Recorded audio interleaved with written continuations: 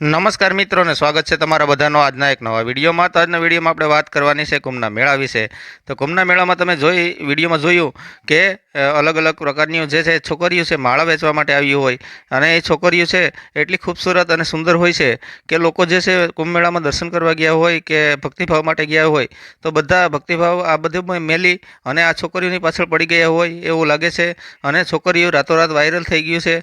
અને આમાં જે આ તમે છોકરી એક જોઈશો, મોનાલિસા નામ કરીને છે, તે એકદમ વાયરલ થઈ ગઈ છે. અને ક્યાંક ને ક્યાંક એના વિડીયો તમે સોશિયલ મીડિયામાં, ઇન્સ્ટાગ્રામ, ફેસબુકમાં પણ જોયા જ હશે કે અત્યારે તમે જુઓ તો એના જ વિડીયો ચાલે છે. અને એ વાયરલ થયા પછી ઘણી બધી બીજી છોકરીઓ પણ વાયરલ થવા માંડ્યું છે. અને લોકોએ જે છે એ ભક્તિભાવ અને મેન તથ્ય છે એ મૂકી અને છોકરીની પાછળ ભાગવાનું ચાલુ કરી દીધું હોય એવું લાગે છે. અને છોકરીનો દબદબો છે યાર કુંભમેળામાં ખરેખર તો આપણે દર્શન અને સ્નાન કરવા માટે જતા હોય ગંગામાં, પણ આવું કાંઈ અત્યારે રહ્યું નથી. અને તમે જોવો તો બીજું કંઈ દેખાતું જ નથી.